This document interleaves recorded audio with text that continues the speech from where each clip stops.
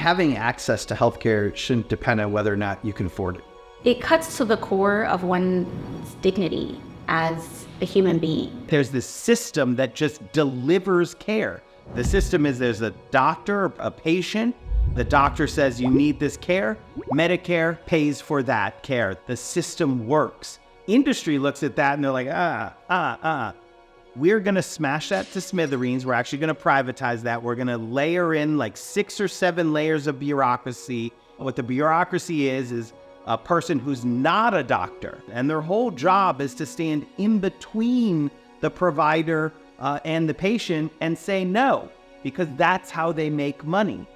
I think almost every American has a healthcare story. My mom was on Medicare Advantage. When she actually needed care for something, there was a doctor who came to her assisted living facility. If she was on Medicare, she could have saw that doctor. But because she was on Medicare Advantage, that doctor wasn't in the network offered by that private insurance company, and she would have had to go all the way across town to get that care.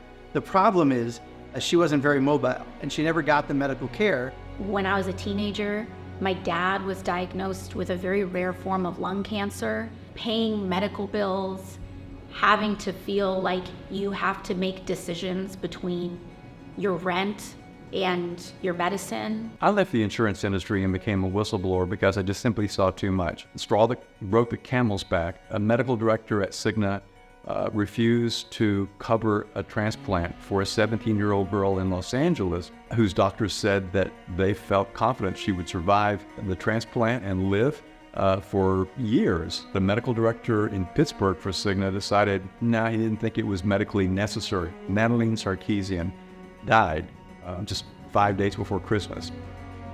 Think about how much you're paying for healthcare right now. You're paying it to private insurance companies so that their shareholders can get wealthier, and you are getting less and less care. Look at what FDR did during the New Deal. You know, he took on every moneyed interest at the same time, and they all said that they were going to squash him. And the media were saying, what are you going to do about the hate from Wall Street? And he said, I welcome their hate. And that is the stance that's necessary when you're taking on big hospital, big insurance, big pharma, fighting for guaranteed health care. And the Congressional Budget Office itself has estimated that if we move to a Medicare for All system, we would actually save $650 billion every year. We're the only industrialized nation in the world that doesn't have universal health care. Our opponents have unlimited money, but what we have is people. You take care of your citizens because it's the right thing to do. It's more affordable in the end, and you can do that with Medicare for All.